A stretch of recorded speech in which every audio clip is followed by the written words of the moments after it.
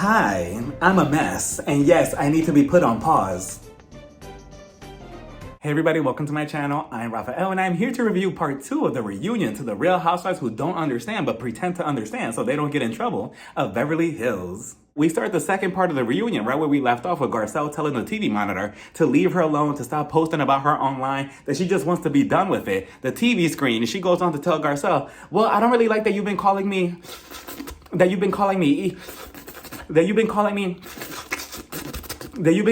evil. I don't really like that. Andy, he goes on to confirm that. Wait, so you're talking about when Garcelle, when she was on the after show, she called you evil for calling Sutton to see you next Tuesday. Here comes the TV screen. She goes on to say, yeah, but I feel like the word evil is much more stronger than the C word.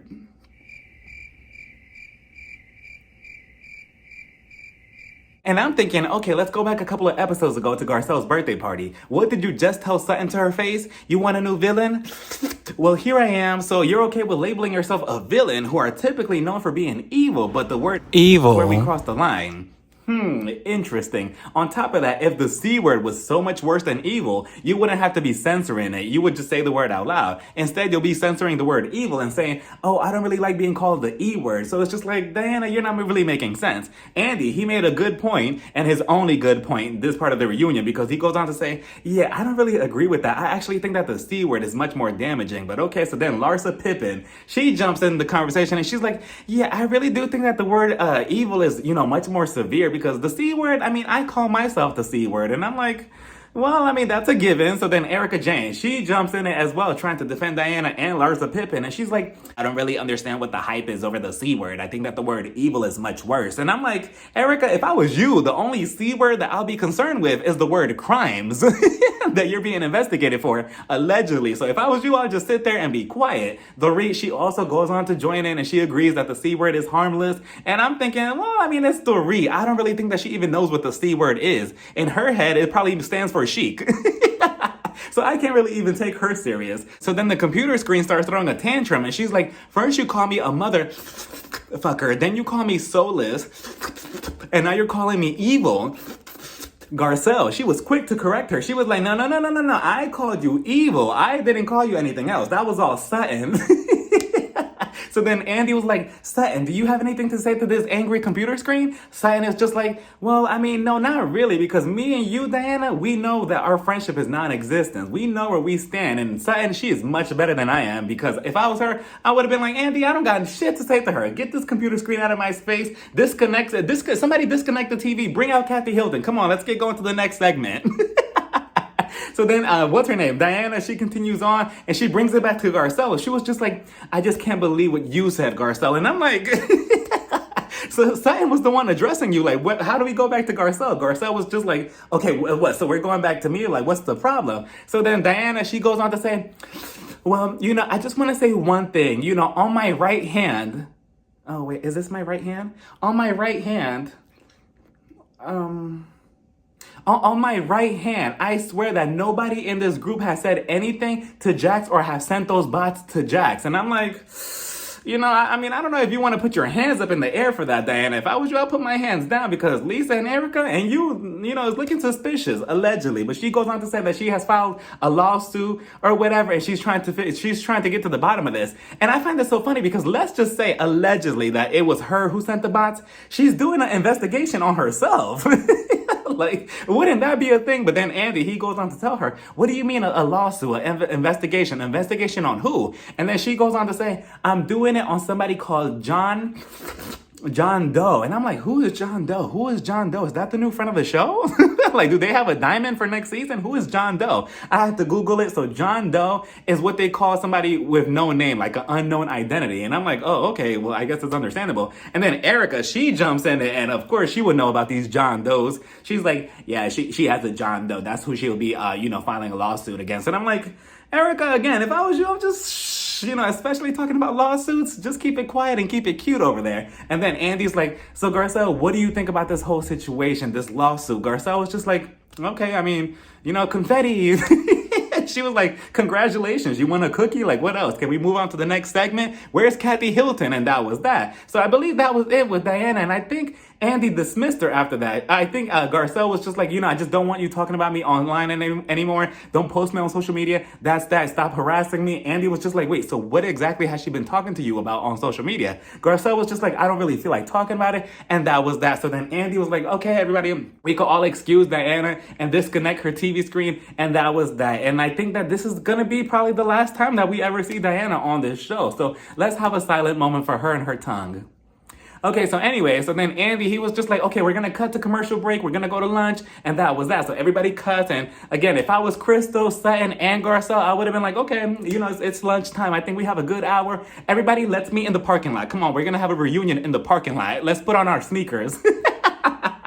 Because again, with the tension at this reunion, absolutely not. Some fists would have been thrown.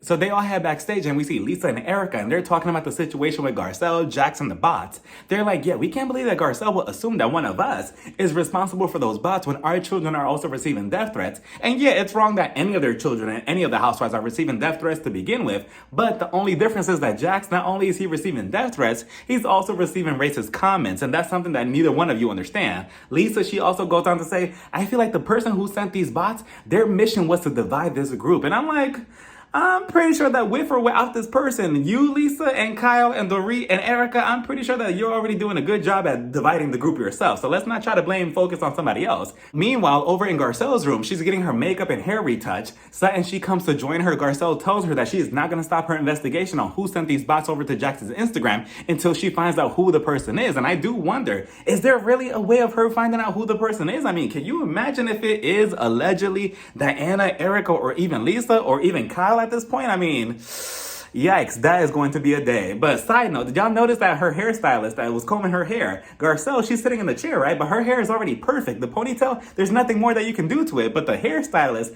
I feel like he was just trying to get some camera time. Because at some point, he was just combing over and over and over again. And I'm like, oh, he's just being so nosy. He just wants to know what they're talking about. He was just like, yeah, you could follow me on Instagram, hair by Alex.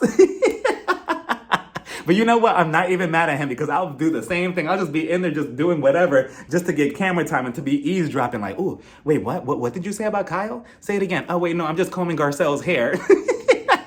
Speaking of Kyle, she's in the next room with Dorit. Dorit is telling her, I just feel like with Crystal's having a really hard time keeping up her story straight because I feel like it sounded like a bunch of lies, similar to my robbery story. Kyle's not even paying attention to Dorit because she is too busy chowing down whatever she's eating.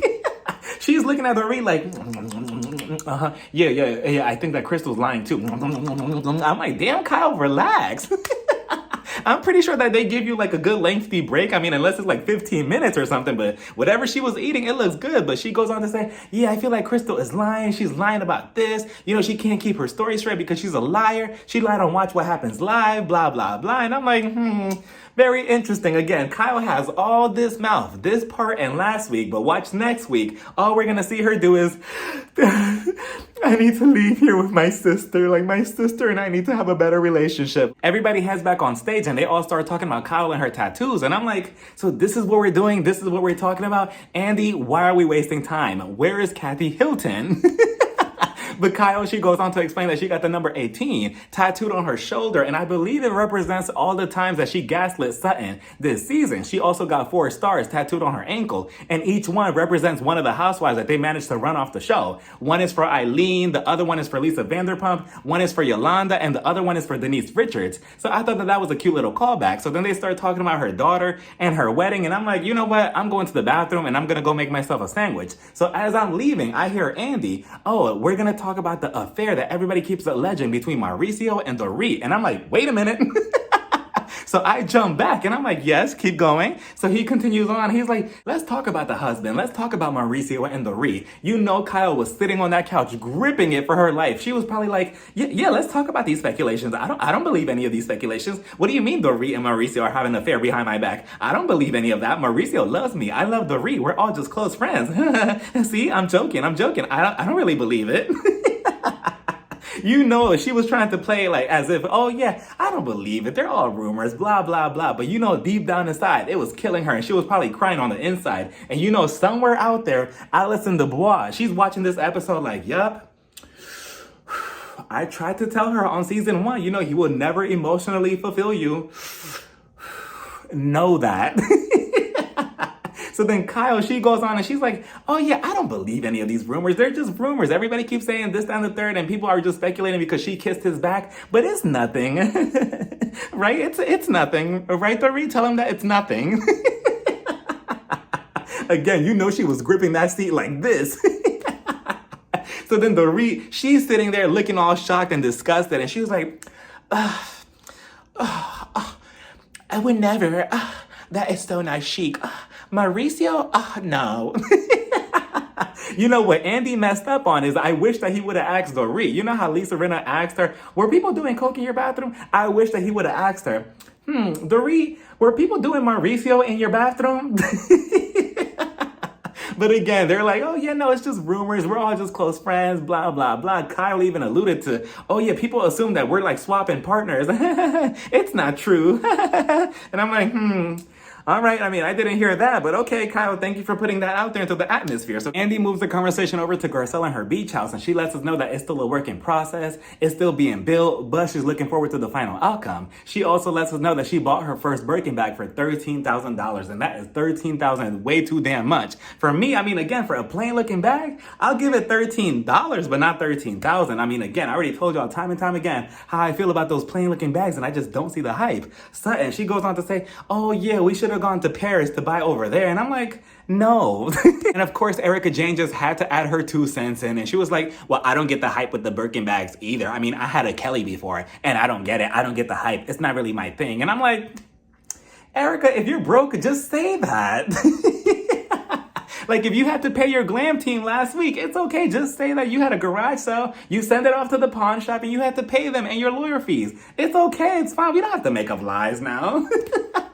But again, I mean, I was with her though, because they're just not my thing. I mean, I don't care if it's a Kelly Rowland, Machine Gun Kelly Clarkson. I don't care what kind of Kelly it is. I'm not buying one of those.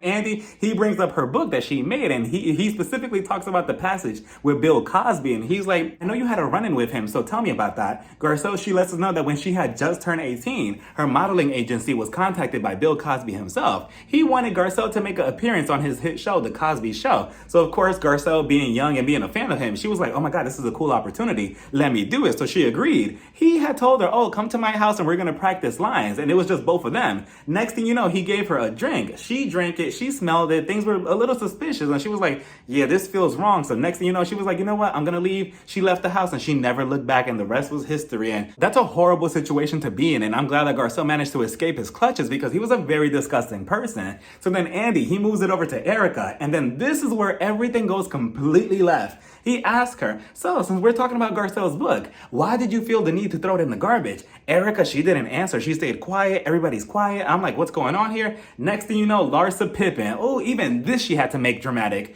She was like, Andy, it wasn't Erica who threw the book in the garbage. It was me. I did it. And I'm like, ugh. Again, the theatrics. And I'm like, okay, I mean, I should be surprised, but I'm not. It's Lisa. So then Andy's like, wait, what's going on? Why? Lisa goes on to say, well, me and Garcelle, we agreed to never talk about each other's children, but she had my daughter in her book, and I did not like that. And I'm like, wait a minute. Why did Garcelle, I didn't read her book, but why did Garcelle even mention her daughter in the first place? I mean, I don't get the correlation. This is about your life, so I'm confused. And Lisa goes on to say, I just didn't like that, so my reaction was to throw the book in the garbage. Garcelle, she goes on to say, well, I mean, what I wrote about you and your daughter in my book was already filmed for the show, so I don't get what the big deal is. And I'm like, well, Garcelle, I mean, I get what you're trying to say, but I also have to give Lisa a point on this, and I have to side with her, because let's say Lisa had wrote about this whole experience with Jax, his Instagram, and the bots in a book that she made, right? I'm pretty sure you would not be too fond of it. You would not want your son to be mentioned in a book like that, especially coming from Lisa Rinna, and I know you would want that all erased. So, I mean, again, if both of you have already, talked about, like, keeping your children out of it, then both of you should respect it, equally. equally, not just Garcelle, not just Lisa. It just should be a mutual thing. Garcelle lets us know that Lisa's lawyer actually contacted her and her publisher and was like, yeah, you need to remove that whole section out of the book. So Garcelle, she was like, okay, fine, I agree. I'm just gonna do another book without that whole passage, and that's that. Lisa, on the other hand, she had to be petty and take the book and throw it in the garbage. Not only that, but she had to take a picture of it. I'm like, she gave you what you wanted. So again, why do you have to be petty? I get that you feel some type of way, but it's just like, why take it a further notch up like that? Like, again, she agreed to remove the whole passage, do the book again, and you're still not content with that. On top of that, she accidentally slipped out with it. I'm not sure if she did it on purpose or not. Probably doesn't care. But she was like, oh yeah, it was me, and I sent it to the group chat, and that's how Erica Jane got it. And I'm like, wait a minute. Group chat? Because I'm pretty sure that if Garcelle was part of that group chat, I'm pretty sure that she would not be okay with that. So then Andy was like, wait, you have a group chat? Garcelle, she chimed in and she was like, yeah, they all have a group chat, but I'm not in it. And I'm like, wait a minute, because what is that supposed to mean? So wait, is Garcelle the only one not in the group chat? Is Crystal and Sutton in the group chat? Like, these are other questions that I want to know. And again, I'm like, Andy, he didn't even press on even more with that. I'm like,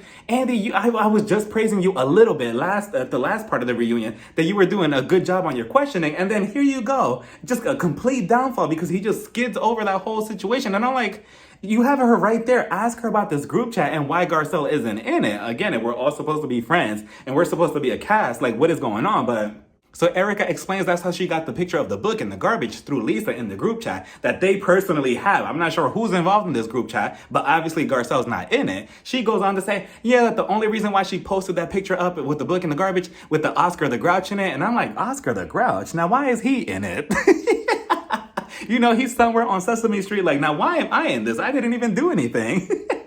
But she goes on to say that the only reason why she posted it was because Garcelle was being shady on Instagram first. When she posted the clip of her telling Erica at the party, oh, you don't need me to make you look bad. You do it all by yourself. And then in the caption, she was promoting the book. Now, I could see why Erica would do such a petty thing because, again, if you're going to take like a little dig at me, then I'm going to take a dig at you. Now, what the issue I did have was with Andy. Andy, he was being biased, completely biased in this whole situation because, again, Erica and Garcelle, okay, they could go tit for tat. Lisa, again, you throwing the book in the garbage, it was unnecessary. You putting that in the group chat was unnecessary. But Andy, you're the biggest issue here in this whole situation because he's just laughing it off and he just moves it on to the next topic. And he was like, So Lisa Rinna, so let's talk about that phone that was in the garbage. Do you recycle? And I'm like, again, so are we just going to completely ignore that Lisa Rinna just threw the book in the garbage for no reason, unprovoked, and then put it in a group chat? And then on top of that, you're ignoring this whole other group chat that they have separately with Al Garcelle, and you don't even care to question that? Like, you don't find that a little bit weird?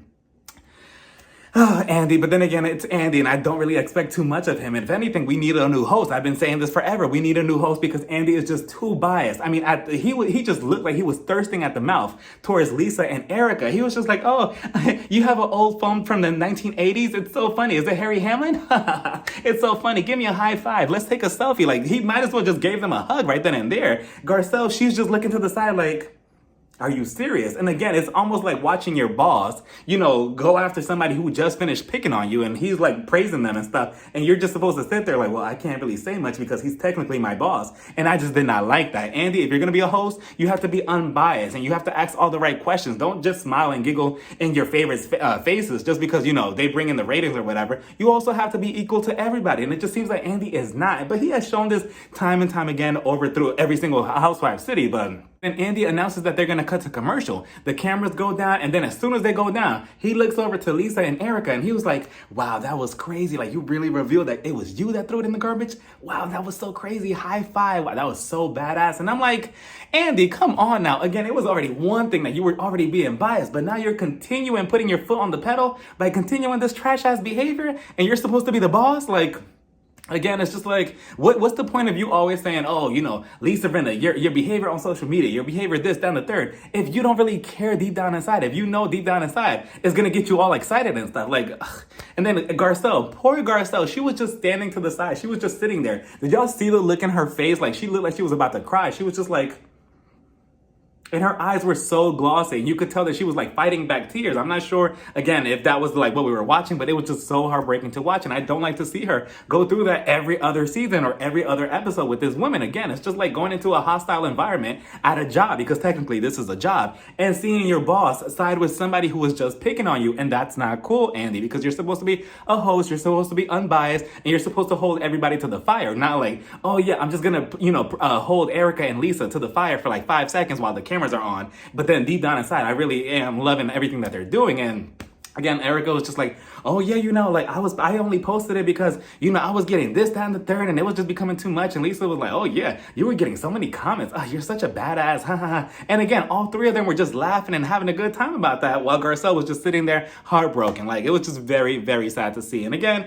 we need a new host. And honestly, if Garcelle had decided to just get up and curse every single person out on that stage, including Andy, and then just walk off and quit the show, I would not have been upset with her. I would have been like, you know what? I understand that as much as I'd love to see her on the show next season, I completely understand if she does not want to be a part of this, because again, it's always going to be them and the boss versus her and Sutton and Crystal, and it's just not fair. And again, I know that she'll be good off the show regardless, but again, it's just like, I'll be willing to be okay with that if that means that Garcelle is just not going to be a part of this mess either. Andy then asks Lisa how she's been ever since her mom's passing and what has she been doing to heal from it. And like I said before, I do feel for Lisa in this aspect, because I can only imagine losing your mother and all the emotions that come with it. She goes on to say that she's been going through therapy, she's been getting help that way. Andy, he then asks a very good question for once, and he asks Lisa, so wait, people feel that you're using your mom's death as an excuse to lash out and be this terrible monster on the show, but your behavior has just been just as nasty every other season with Kim, Yolanda,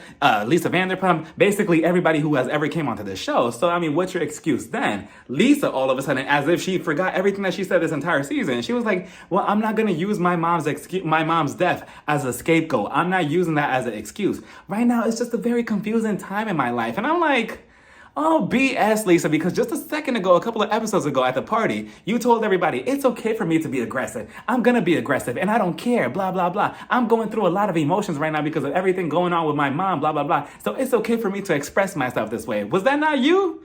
So it's just like, again, it's just like, you're not making sense. You just pick and choose when you remember things. And then on top of that, she was like, oh, I don't ever remember myself being so chaotic and being so out of control. And I'm like, you don't? Because there's footage of it ever since season 5. There's footage of it, Lisa. So it's just like, I just wish that Andy would have pressed her on a little bit more like, wait, no, we're not getting off the subject like that, because we have a whole video montage of your behavior. So look at all this. What's your explanation for this? But no, of course, he just let her off the hook, and that was that. They started talking about Sutton's reaction to when Kyle had told her about Dorit's fake robbery story. So then Sutton goes on to say, yeah, that's probably one of the worst ways I've ever reacted to anything. I wish I could take it back. I wish I could be there for Dorit, and I'm sorry for that. And I understand what Sutton is saying, but at the same time, Sutton, if I was you, I wouldn't apologize to anybody on this stage, because none of them deserve an apology the way they've been acting at this reunion so far. So if I was you, I would have just said, yeah, I said what I said. It is what it is, and I don't believe your robbery story, and that's that. And of course, Kyle understands Sutton's reaction now after, but it's always the same thing with Kyle. She judges and points fingers right then and there in the moment, but then after she realizes that she's wrong, she was like, oh yeah, I get it now after looking at all the footage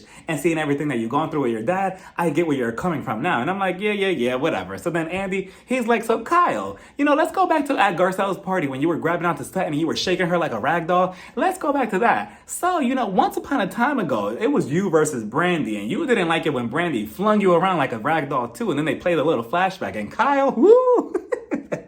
Did y'all see Kyle? Kyle went flying. She was like, woo! I will give her one thing though. She landed on her feet because she had those tall ass high heels and she managed to still catch her balance. Except that pizza though. I think the pizza fell on the floor. But anyway, so then he's like, yeah, so what about that? You didn't like it when Brandy threw you around like that. Why are you grabbing onto Sutton like that? She goes on to say, oh, well, that was different. That was different. That was a whole different situation. And I'm like, how? How is it a different situation? Like, both got physical, so I'm not understanding. She goes on to say, oh yeah, me and Sutton, we were just playing around. It was nothing serious. People were accusing me of leaving a mark on her neck or whatever. And I wasn't doing that. I was just trying to get my point across, blah, blah, blah. Then she tried to use Garcelle as an example. And she was like, look, Andy, this is how I was grabbing her. I was just grabbing her like this. Now, if I was Garcelle, I would have been like, oops. Oh, I'm sorry, Kyle. I thought you were trying to get physical with me. Security, she attacked me. Like, no, don't put your hands on me after we were just having this conversation that you shouldn't put your hands on other people. Even if you are using it as an example, stop it. Again, Kyle, you had the right one with Sutton. Well, the wrong one, because if let it have been anybody else, you probably would have gotten dragged. So if I was you, I would recommend not to put your hands on anybody and start shaking them up like that. Sutton, she goes on to say, Kyle, you were being aggressive. You were being aggressive with how you were shaking me like that, and I did not like that. Kyle, again, typical fashion. She was like, yeah, I realized my mistake after the alcohol left my system. I apologized to you the next morning. And again, sometimes what you do, Kyle, is unforgivable. So then Andy was like, yeah, you kept shaking her around because you thought that Sutton was trying to make that whole conversation about Diana and her miscarriage about her. Do you still think like that? So then Kyle was like, I mean, in the moment I did, but now I realized that she was just trying to be relatable. So then Andy, he moves it over to Garcelle, and he was like, so Garcelle, since you're the closest one to Sutton on this cast, do you think that Sutton sometimes makes everything about herself? Garcelle, I'm like, okay, let's see what she says. She was like, yeah, I do. Sometimes she does. And the silence was so loud. I mean, everybody was just like, Sutton. She was just sitting next to Garcelle like, okay, you know what? I have my fucking storyline for next season. I'm coming after Garcelle. But luckily she didn't say anything, and they just kind of moved on. So then Andy, he was like, so Erica, you said that, Sutton was a liability because of Garcelle, and you can't really get to know Garcelle because of Sutton and vice versa, blah, blah, blah. And I'm like, yeah, Erica, out of anybody to be speaking on liabilities, first of all, you had the whole cast. You were a liability to the whole cast last season. We almost didn't even get a season 12 because of you. Everybody was about to be incriminated. We almost got the Real Housewives of New York special with this season having a whole new cast because of you. Erica tries to further explain, and she's like, every time I try to get to know who Garcelle is, Sutton is always in the way of us. She's always in the way of our friendship. And I'm like, well, the same thing could be said about you and Diana. Every time that you and Sutton have tried to make up this season, what has been in between both of you? Diana. Every time Diana inserts herself in the issue, then you always take her side, and then it makes you and Sutton fall out. So it's just like, the same thing could be said about you, Erica. Like, what's going on? So then Sutton, she was like, well, I mean, the same thing could be said about you and Lisa. And he's like, yeah, I mean, Lisa, you did escort, what's her name, Erica, out of the party in Aspen. So what is that? Aren't you a liability or whatever? Aren't you being her bodyguard? And then Erica, she was like, oh, well, no. That's different. And I'm like, how is that different? And she was like, oh, we're just all different people. Yippee, woo, what about it? And I'm like, okay, so then why do you have a problem with Garcelle and Sutton doing the same thing? It's just like, so then this is where Crystal spoke up. And I have a feeling that Crystal was watching the entire season 3 of The Real Housewives of New Jersey, including the reunion, to get ready for this reunion. Because she came in ready to fight. So she was like, I just find this so funny that I feel like Kyle, Lisa, Erica, and Dorit, all 4 of you protect each other much more than Garcelle and Sutton. I just find this so funny. And I'm like, well, did she lie? Because nobody said anything. Nobody pushed back. Nobody was like, oh no, that's a bunch of lies. That's a bunch of BS. We all protect each other. Nobody said anything. So obviously what Crystal said has some truth to it. And I'm like, wow, Crystal, okay, Miss Lion King. I like that. I have a feeling that she's trying to secure her center spot, her center diamond for next season. She's tired of being off to the side, in the intro credits. She was like, no, I'm tired of being over here and holding out like this. I'm trying to be in the middle like this next to Kyle. Sutton goes on to tell Lisa she does not know why she has been treating her like a punching bag the entire season. Even after they were done filming, she was still being disrespectful on social media. She also goes on to tell Lisa, and this was so sad to hear, she was like, I just feel like you hate me, Lisa. And I'm like, oh, that is so sad the way she said it. Lisa, you monster. So Lisa, she goes on to say, well, I was just really having a rough season. And I'm like, but just a second ago, you said that you were not going to use your mom's death as a scapegoat. But what are we doing here? What do you mean by rough season? So she was like, yeah, I was just having a rough season. I'm sorry. Like, I was just going through a lot. Sutton, it was just like, well, honestly, Lisa, I don't consider you a friend. I don't consider you a friend at all. I don't think we have a friendship. Honestly, I don't see how anybody on this cast has a friendship at all besides the 2 cliques. Because again, they have so much hate and tension between each other. I don't get how they're gonna, all possibly come back for next season and film together. I mean, again, I just don't think that they're friends. But she's like, yeah, Lisa, I don't consider you a friend, and I honestly want an apology from you. And I'm like, ooh, Sutton, you're being demanding now? Wait a minute. If I was her, I would have pushed it even further. Like, Lisa, give me $20 too. So I'm looking at Lisa like, okay, is she about to apologize? Is her ego about to get in the way? Is her pride gonna get the best of her? But surprisingly, Lisa apologizes and she's like, look, Sutton, I apologize for my behavior this entire season. I'm so sorry for treating you the way I did. I was lost. I was confused. I'm just so sorry for having the same hair for 25 years. I'm really, really sorry. And I'm like, I mean, okay. So then Sutton, she accepts the apology. She was like, okay, fine or whatever. If I was Sutton, I would have, pulled a little Uno card. I would have been like, oh, really? Okay. Well, I don't forgive you. Because honestly, it's pointless because, okay, she forgives her now. And then let's say that she comes back next season. Sutton is going to be her target again. It's going to be the same pattern. Lisa has apologized to Sutton how many times this season alone? And look, she continues stabbing her in the back. So it's just like, it's pointless at this point. So then they start talking about Lisa Rinna and her social media. And even this conversation, I felt like Andy was just playing around with her like, oh, you're such a disaster online. You're such a goofball on Instagram. You shouldn't say those things. You know better. Like, I feel like he wasn't really taking it serious. But let it have been Candace from Potomac and it would have been a whole different conversation. So then Lisa Rinna's like, yeah, I'm impulsive. So what? I mean, it is what it is. Sometimes I put my own foot in her mouth. Sometimes I pose. Sometimes I don't. Okay, it's whatever. And again, she felt like, she didn't have to care in front of Andy because Andy, at the end of the day, he doesn't care. He probably lives for this. What did I just say in my last review? He was just in her comments not too long ago, clapping it up because she posted like a picture or something, calling herself the bully of Hollywood or whatever. And what was Andy in the comments doing? He was clapping it up. So again, he's with the foolishness when it comes to Lisa. Then Dorit, she comes in defense of Lisa Rinna. Of course, we don't hear anything of her the entire reunion, not even defending Garcelle. But when it comes to Lisa Rinna and her social media, there she goes bending her back backwards for Lisa Rinna. She goes on to say, I just feel like it's okay to be impulsive like Lisa Rinna. I mean, we're all humans. We're all people. We all do it. It's okay to be impulsive every now and then. So what if she is? It's okay. It's no problem. Besides, sometimes being impulsive is very chic. It's very on trend. And I'm like, of course it is. If your name is Lisa Rinna, let it be anybody else and it'll be a problem and a liability. So then Andy, he tells Lisa, so Lisa, this fan right here tells me that I should put you on pause, aka fire, or at least, give you a season or two off. I should put you on pause for your social media antics. What do you think? Lisa, she did not care. She was like, oh, put me on pause. Put me on pause. I don't care. Go ahead, put me on pause. Lisa Rinna would not have said that, and she would not have felt confident in saying, put me on pause, if she did not know that Andy was never going to fire her to begin with.